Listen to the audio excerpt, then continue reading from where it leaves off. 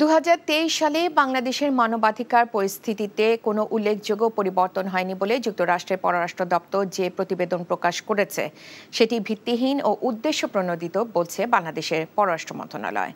দুপুরে পররাষ্ট্র মন্ত্রণালয়ের সংবাদ সম্মেলনে এই মন্তব্য করেন মন্ত্রণালয়ের মুখপাত্র সেহেলি সাবরিন।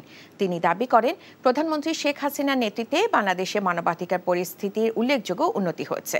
মানবাধিকার প্রতিবেদনের অনেক তথ্য যুক্তরাষ্ট্রের অর্থায়নে পরিচালিত এনজিও এবং অনির্ভরযোগ্য সূত্র থেকে নেওয়া হয়েছে বলেও মন্তব্য করেন তিনি।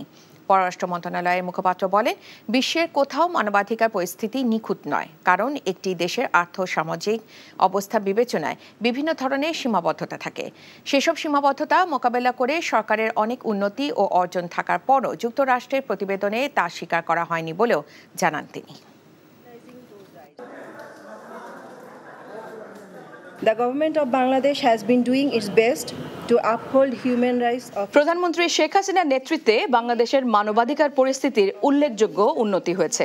সরকারের অনেক উন্নতি ও অর্জন থাকার পরও মার্কিন যুক্তরাষ্ট্রের মানবাধিকার প্রতিবেদনে তা স্বীকার করা হয়নি, বরং দেশটির প্রতিবেদনে অনেক বিচ্ছিন্ন এবং ভিত্তিহীন অভিযোগ আনা হয়েছে। পৃথিবীর কোনো দেশে মানবাধিকার পরিস্থিতি নিখুঁত নয়। বাংলাদেশ সরকার মানবাধিকার পরিস্থিতি উন্নতি করতে সর্বোচ্চ চেষ্টা চালাচ্ছে।